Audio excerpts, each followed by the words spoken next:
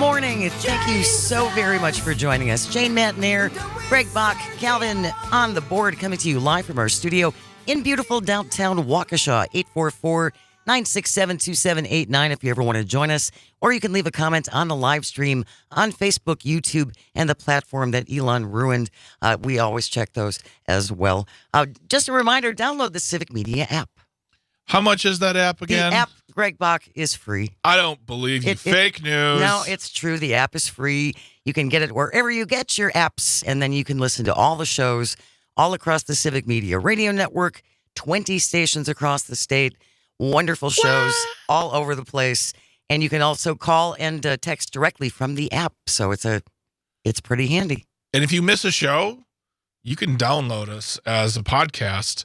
Two episodes a day. Yep. Every hour broken up. And you can subscribe to that podcast and leave a review. 5 stars, please. If you think we are less than a 5-star, reach out to us, Matt and Air on air at civicmedia.us, and tell us how we can improve, because those 5 stars really help. Yes, they absolutely do.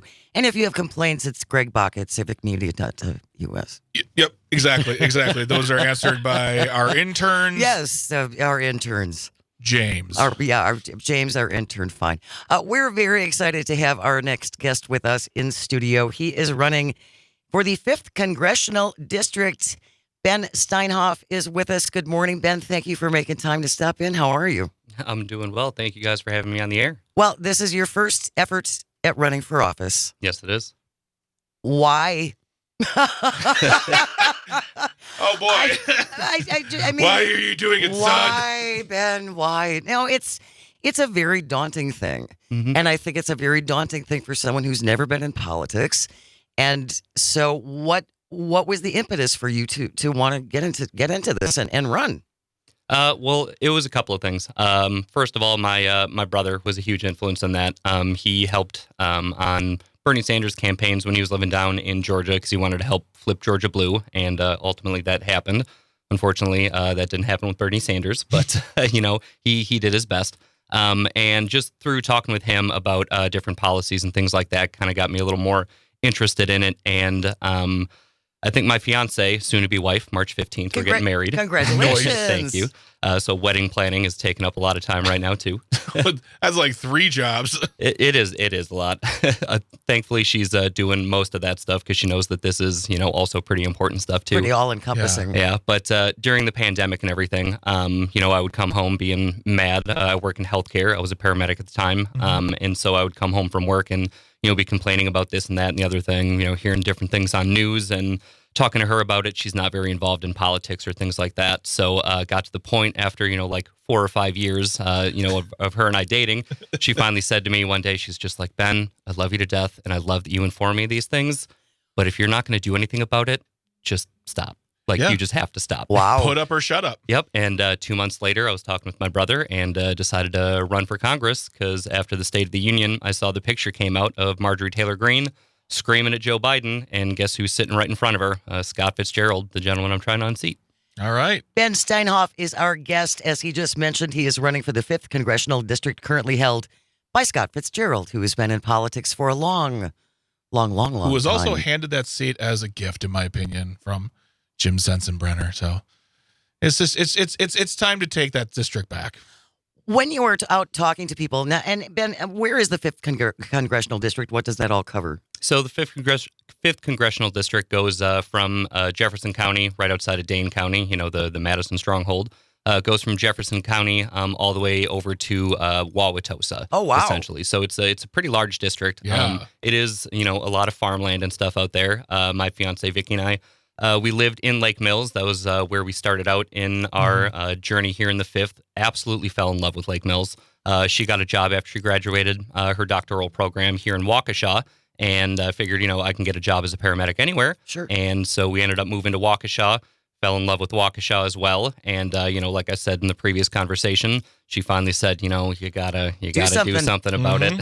All right. And so here we are. And you're out there knocking on doors and just what is, we were talking about it before we went on air, you said it's like 2 jobs and it takes up a lot of your time. What's your daily life like as a candidate now? So as a candidate right now, a lot of it being a first-time candidate in politics, I have no connections. It took me about 2 months just to like file the paperwork, get my bank account all set up, and file with the SEC. I'm not a lawyer either. There's a lot of legal jargon, and you want to make sure you do that stuff right. Yep, because I've seen what can happen if you do that stuff incorrectly. Oh yeah. But, so I'm trying to follow everything to the absolute T letter of the law. But as of right now, you guys know that there's a bunch of big elections coming up here in April, especially for the state assembly and things like that. So right now we are still knocking doors, canvassing. And although I am, a national, going for national office, I think the local elections right now impact us a little bit more. So we've been out canvassing, helping for like the 98th district and helping, try and promote those candidates, knocking doors, just kind of seeing where the public's at with them. And then the other 90% of my time is calling and begging for money, which I absolutely hate. I'm sure. But it's thanks to Citizens United. Here we are, and I have to cold call people and ask them for money. It was a big point of contention with me and my campaign manager because he's been in politics for a while, and he's raised a lot of money. He's ran Senate campaign, gubernatorial campaign, so he knows how to get money, how to fundraise. And I don't like doing that. And so it was a big back and forth with him and I could see him on Skype when we were doing these calls with people. He'd be sitting there waving his hands when I would just be talking to somebody about policies and, just like getting, the Wisconsin welcome. Because I'm not going to ask you for money until I get to know who you are, how many dogs you have, what are the kids up to. Then you can ask for money. Yep. Yes. And he would always be saying, you got 90 seconds with these people, and I'm going on 5-6 minute phone calls. But, it's all about swaying people to what you want, Well, in the beginning, I mean, I get that. I used to run campaigns as well, and my candidates, I would have to I'd be like a little kid pulling on their suit coat, going, "All right, time to go make some calls." Time to make some. But I do see what you're saying, and it is important to establish yourself, give them your story, ingratiate yourself, and then go in for the kill and be like, "Hey, can I have some money, please?" It's not, nobody likes doing it. I mean, there's records of like sitting congressmen who've been in there for 40 years. Like, it's the least, I hate the doing worst it. part of the job. Yeah. The worst part of the job. But you're going to have to raise a lot. Scott Fitzgerald, I'm sure, has a pretty big war chest. He's been there a long time. He's got a lot of contacts. So what are some of the policies that you think are important for Wisconsin? What would you like to see change here? There's a lot of things I would like to see change. But what I'm currently running on, it's 3 things. I wanted to make it nice and concise, and I wanted something that all Wisconsin voters can get behind, whether you're on the left or on the right. So the 3 things that I really want to focus on are healthcare. Being in healthcare, working in medicine, I've seen how absolutely broken our healthcare system is, and going from all the way from the pre-hospital setting as a paramedic to the emergency department now in the OR. You get to see it on every different level, and every level has its challenges. So the big thing I want to do with healthcare is with our 911 system. People would be blown away to find out that fire and EMS do not get along very well in most jurisdictions. Interesting. When I talk to people about this, they give me the same look that you 2 are giving me right now. Why what do you mean? Like, why would you not why would they not get along? A whole bunch of different reasons. Can you tell us in a very diplomatic / political way? As not to make anyone upset. I understand. I really think it goes back to just really strong, thick-headed people way back when. Yeah. And, those rivalries never really healed. And, I think that's a big part of it. You all work in concerts together. Exactly. You have to. Exactly. And when's the worst time to get into a tiff? A tiff is a better word than what I was going to say. The worst time to get into a tiff is when somebody calls 911, your house is on fire, dog's inside, where's grandma? And we have 2 people standing there arguing over who gets to take the hose inside. It's obviously I'm exaggerating a little bit with that just to make a point. But I just was blown away with how disconjointed 911, EMS, fire, and police all were in working with one another. And that goes all the way to jurisdictions, depending on what side of the street that you're on. Right. If you fall over, have a heart attack, luckily you're on the even side of the street. You get the EMS station that is 2 minutes away. Yeah. Unfortunately, your neighbor, Greg across the street, oh, sorry to use your name, but your fine. neighbor across the street, It could happen. falls over, has a heart attack. Unfortunately, he's on the odd side of the street, and so he's going to have the ambulance that comes from 20 minutes away. Yeah. So what legislatively can be done about that? So this is going to be the hard part, because everybody wants states' rights and all those different things. I really think that there does need to be like a nationalized standard for how we do 911, EMS, dispatching, things like that. I really think that can help just to have a national standard. Obviously, different states have higher standards for paramedics, EMTs, and things like that. But I really think that we can set a base out to say that this is what you have to have, and this is how we have to work together with one another. And then the main thing comes down to funding. We're talking about money again. So I worked as a volunteer EMT in Lake Mills when I was living there. And right after Vicky and I bought our house in Pewaukee, we learned that basically the month after, the EMS department folded because they were not funded by the municipality. They were funded privately. So in order for us to raise money for, new boots, new ambulance, drugs, things like that, anything, we had to do, like chili cook-offs, pancake sales, bake sales, car washes, you name it. Just that's how we had to raise money. Obviously, in 2020, pandemic happened. Right. We're not going to have, 75 people show up to have a pancake breakfast. Yeah. Ended up folding, in 2022. And so now there's a private ambulance company that covers that jurisdiction. So, things like that, it's a tale that's happening all over EMS throughout the nation. And it's something that I think that people don't think about because nobody thinks about 911 until you call 911 and you go, oh, my God. There's no one there. There's nobody there. Yeah. And you're not sitting there going, I'm hoping they're like, you don't think about the funding involved in that 911 call and who is going to be coming to your door. You just want someone to be there right now. Mm-hmm. If you're just joining us, Ben Steinhoff is our guest. He is running for the 5th Congressional District in Wisconsin, the seat that is currently held by Scott Fitzgerald. If you have time for another break, we would another segment, we'd love to keep you on. I'd love to. We're going to talk more about what Ben would like to do in Wisconsin, so stay close. You're listening to Matt Nair on Air. This is the Civic Media Radio Network.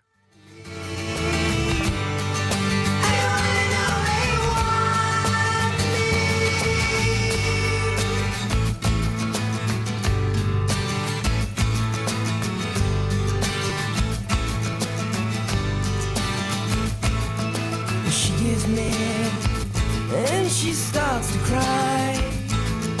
She takes a swing, man. She can't hurt. She don't mean no harm. She just don't know what else to do about it. Jane said.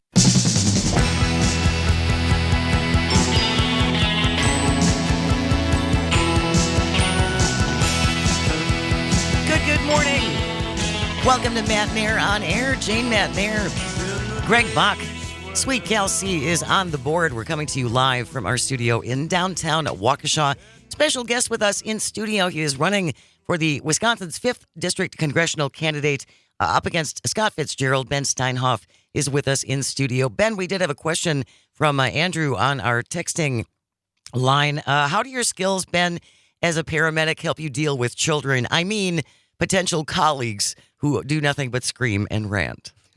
It's funny you asked that. I was just talking to somebody, trying to raise some money the other day, and they asked a pretty similar question, like how do your skills, translate into what you're trying to do? And without even thinking about it, I kind of responded because I'm part of like our Venous Access team, so I help with, like difficult IVs and stuff. And so what I said back to him was, well, I'm pretty sure if I can talk an angry 3-year-old into getting an IV that's going to help them, I can talk to an angry Republican to try and help flip their votes. That's a really good point, though. It's about maintaining calm under pressure, right? Mm-hmm. You have to stay focused on what you're doing. You can't be easily rattled. Mm-hmm. And with your experience as an EMT, I mean, you got to be Mr. Cool. And most importantly, when you're done, give them a lollipop. Would that make a difference in the Wisconsin legislature if we did lollipops? 16% of lollipops would be accepted. Do you think that would help? Yeah. We were talking about your concerns about 911 and emergency responses. What are some of the other things that you're hearing from people in Wisconsin that they would like to see addressed? I'm sure education is a big one. Yeah, education is definitely a big one. It's a real hot button issue right now all throughout the country. Most people are concerned about education, banning books, things like that. The thing that I'm more focused on is the funding that we have, or lack thereof, of funding in public schools. I think that if we don't have a strong public school education, then we don't really, have much to look forward to after that. Yeah. So not just focusing on like children's education, it's also education and advancement for adults. Because right after I started my career in paramedicine, I realized like, oh man, I really wish I would have just, gone back to school and like gotten my nursing degree, or maybe even tried to be a doctor. Sure. But then you start looking into it and you look at the costs, and they are, for most Astronomical. people, they're insurmountable, especially when you're working full time and you're only getting paid, even as a paramedic, I was getting paid under $20 an hour. And it's something you can't really sustain. Plus, it's such an odd schedule that you're, Sure. working 24 hours on, like every Monday and Thursday.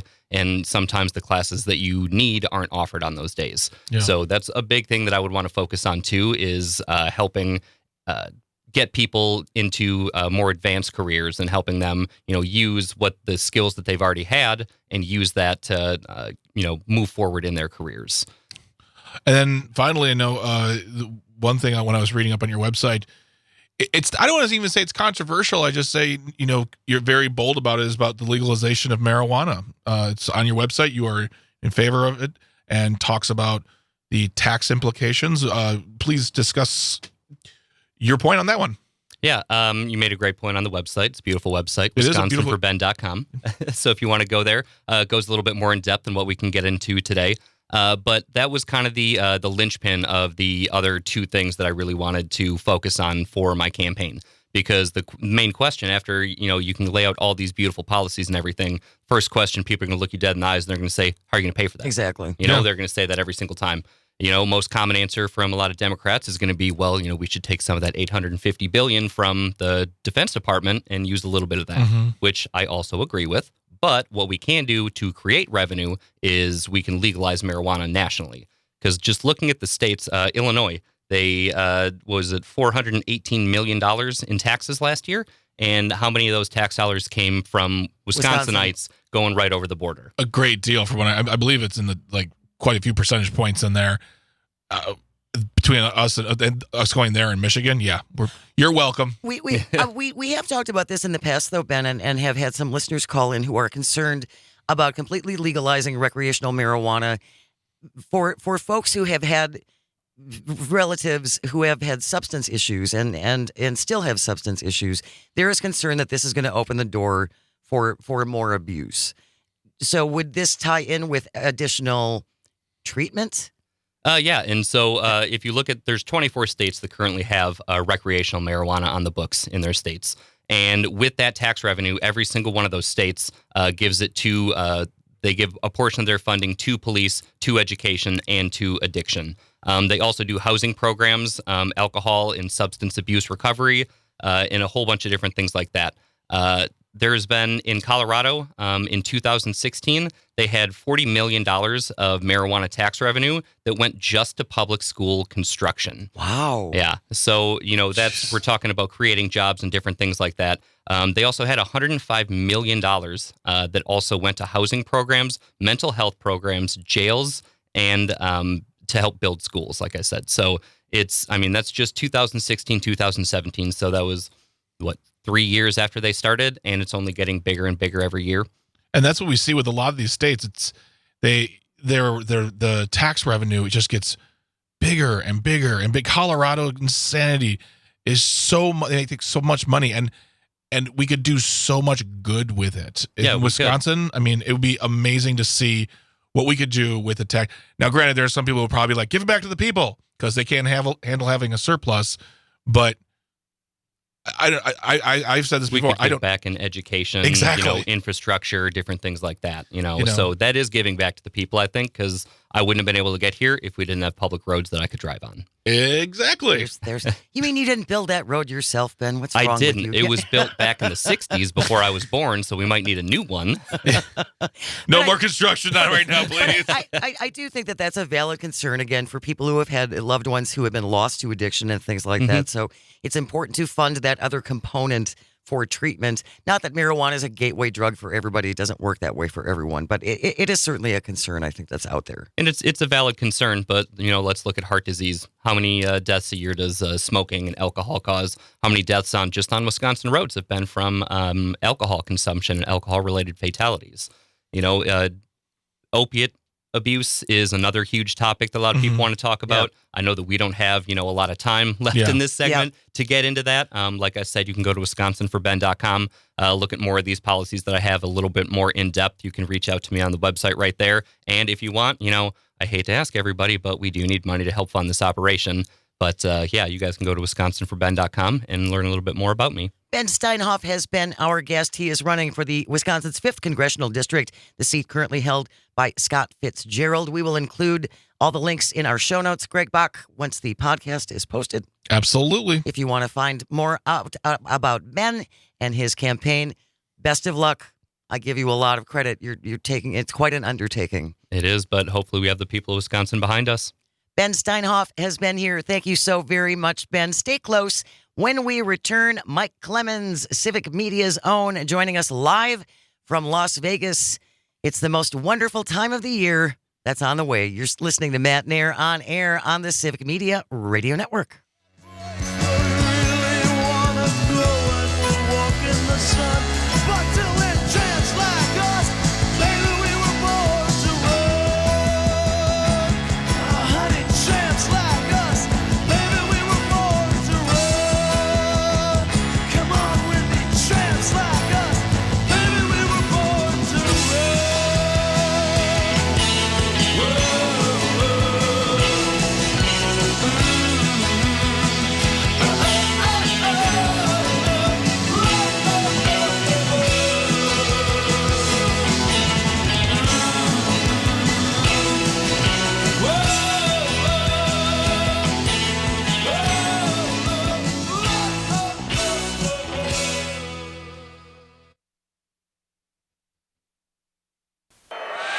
Ruff's Spark Purdy and Chili take the toy to the 50. Fluff's Athena steps in and is looking for the takeaway. And we have a three-way tug of war at midfield. This could be a while. Fluff's Pecan and Ruff's Cherry look on in disbelief. Now it's just Spark Purdy and Athena battling for possession. We have two-time champs, Team Fluff, led by defensive genius, Coach Shanahound. And a hungry Team Ruff, commandeered by longtime coach Nick Furiani. Oh, God. Welcome to Matt Nair on air. Jane Matt Nair, Greg Bach, Calvin on the board, coming to you live from our studio in downtown Waukesha. You can always join us. Call or text at 844-967-2789. Of course, the big game is Sunday. Yeah, there's the one between the Chiefs and the 49ers, but there's also the Puppy Bowl. It's the 20th anniversary of the Puppy Bowl. All right. This Sunday. Mike Clemens joining us from Las Vegas. Are you as excited about the big game, Mike Clemens, as I am? No, I realized I didn't apply for a credential to the Puppy Bowl. Oh, Damn it. Mike! You're missing out, dude. Oh, God. I've actually never seen that thing. You've never watched the Puppy Bowl? No, Jane, because I'm at the game. You're at the Puppy Bowl? No, he's at the actual game.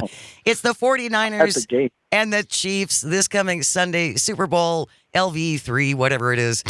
You can listen, if you want to listen to their game, you can catch it on WRCO Richland Center, 100.9 FM. Our coverage starts this Sunday at 1 o'clock. Kickoff for the game at 5:30. You have been a very busy man this week, Mike Clemens, because you've been in Vegas all week, right? Yeah, and, what I do is there's two different stories. You can be on Radio Row, what they're now calling the media centers, like more podcasters there these days, et cetera. And they bring in, former players, like Donald Driver was here yesterday. Joe Theismann, great player with the Redskins, played with Mark Murphy, the Packers president, back in the 80s under Joe Gibb. Emmett Smith, etc. And then there's the game. And so what I do is, a bunch of us are together. We rent a house every year that we can save some expenses. I drive to the team hotel, so the AFC Championship Hotel with the Chiefs, and then on the other side of town to where the 49ers are. But I told one of the NFL guys yesterday, this is the best media available for me in sports all year, better than baseball, basketball, anything, because here I am, and I'm talking to Marquez Valdez-Scantling, a former Packers receiver, now with the Chiefs, about, his friendship with Aaron Rodgers, and we're having a cup of coffee and a croissant, and I can talk to him for 20 minutes. PR people bothering me or the locker room and all that. And so I get some great stories when I come down here for this. We were talking before you joined us, before Greg and I went on the air, just about, you've been to the game 18 times. You've covered the Super Bowl 18 times. But I know you. We've known each other for a long time. You live for this stuff, and you live for looking for new stories and new angles, right? Yeah, Jane. But you know what the thing is?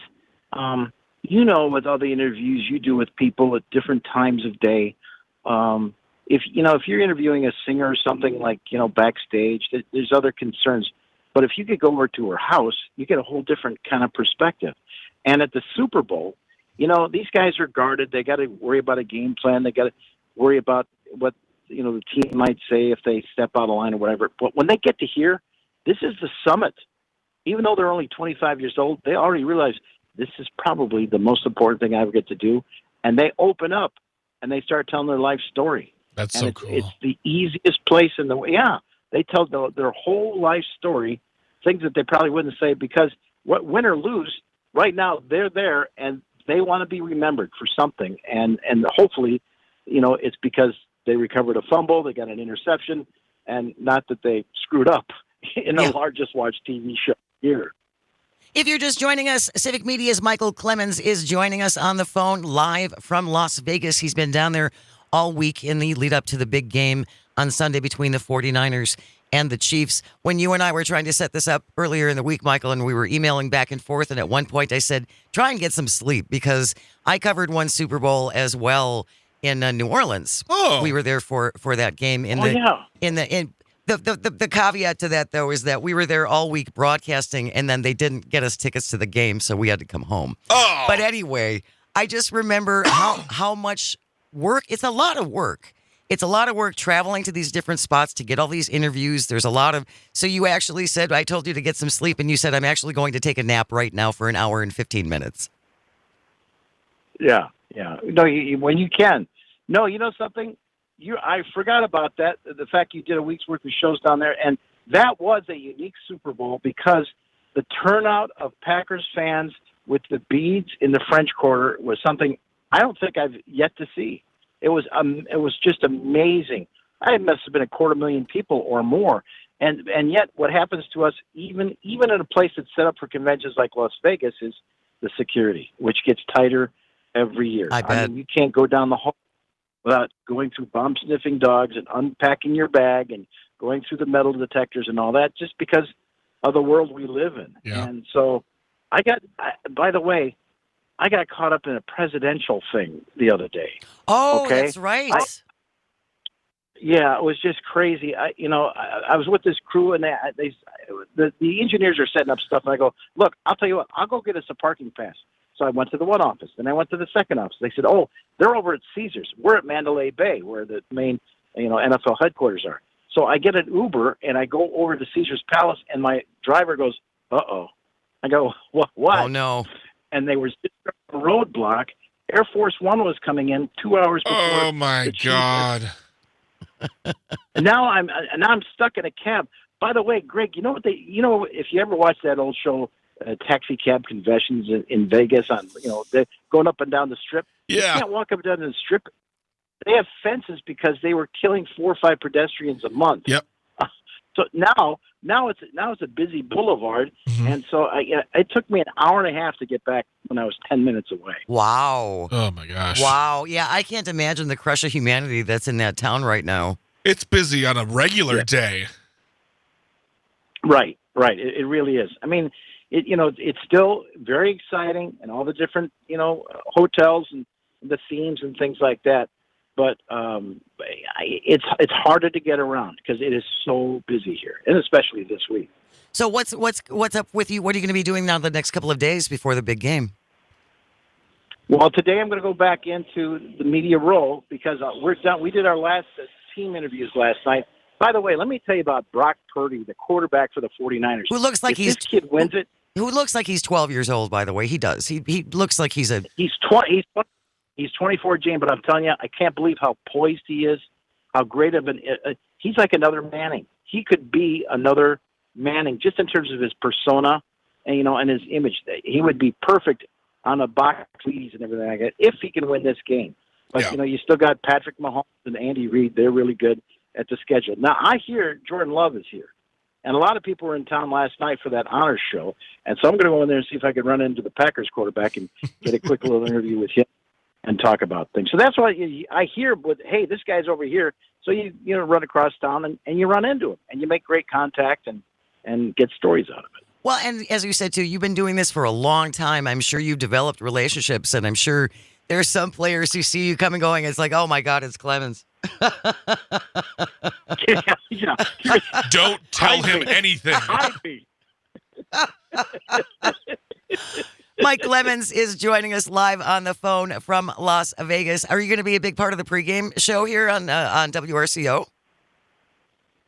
Yeah, I hope to be, sure. And then after that, it's the game.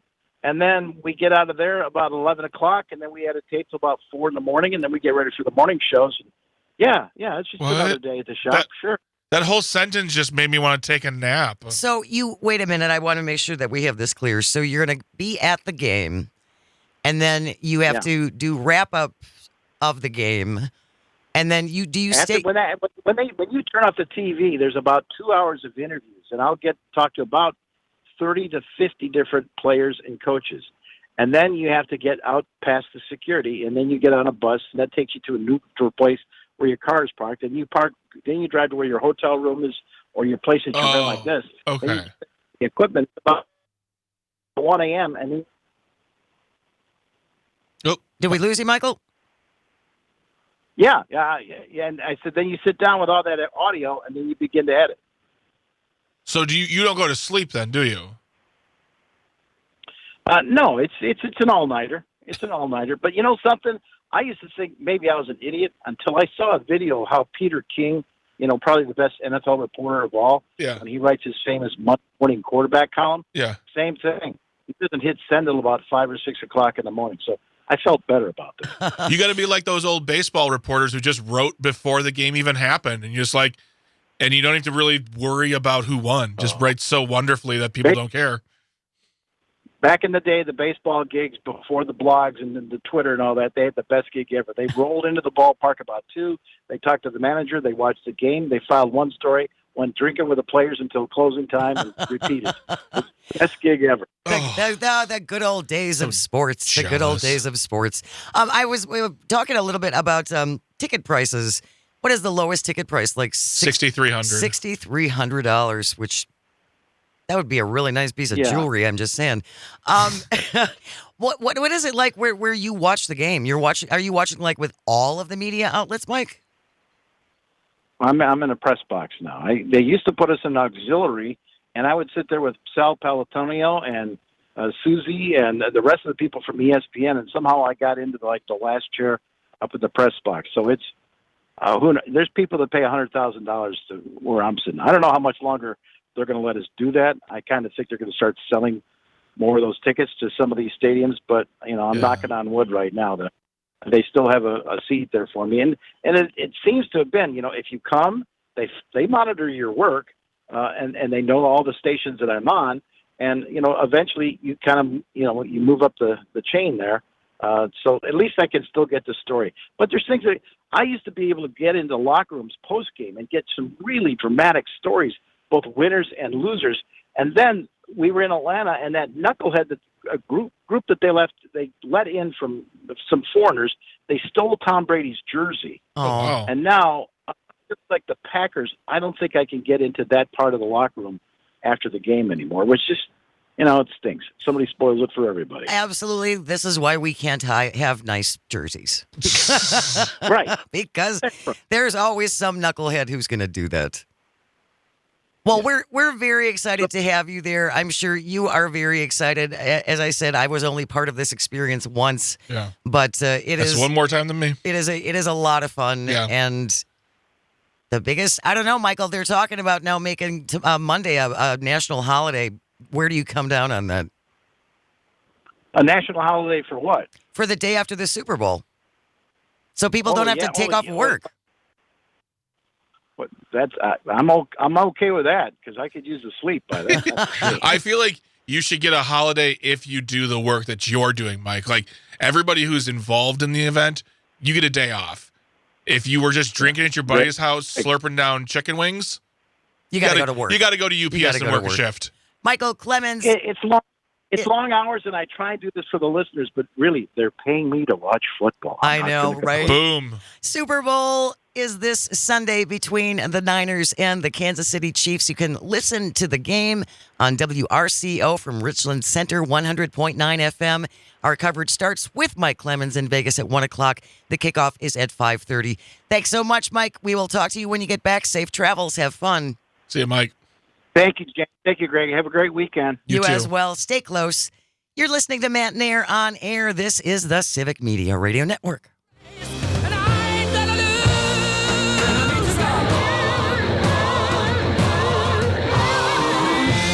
We are the champions, my friends. And we'll keep on fighting till the end. We are the champions. We are the champions. No time for losers, 'cause we are the champions of the world, the champions, my friends.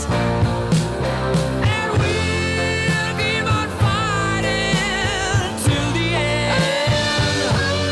Oh, we are the champions. We are the champions. No time for losers, 'cause we are the champions.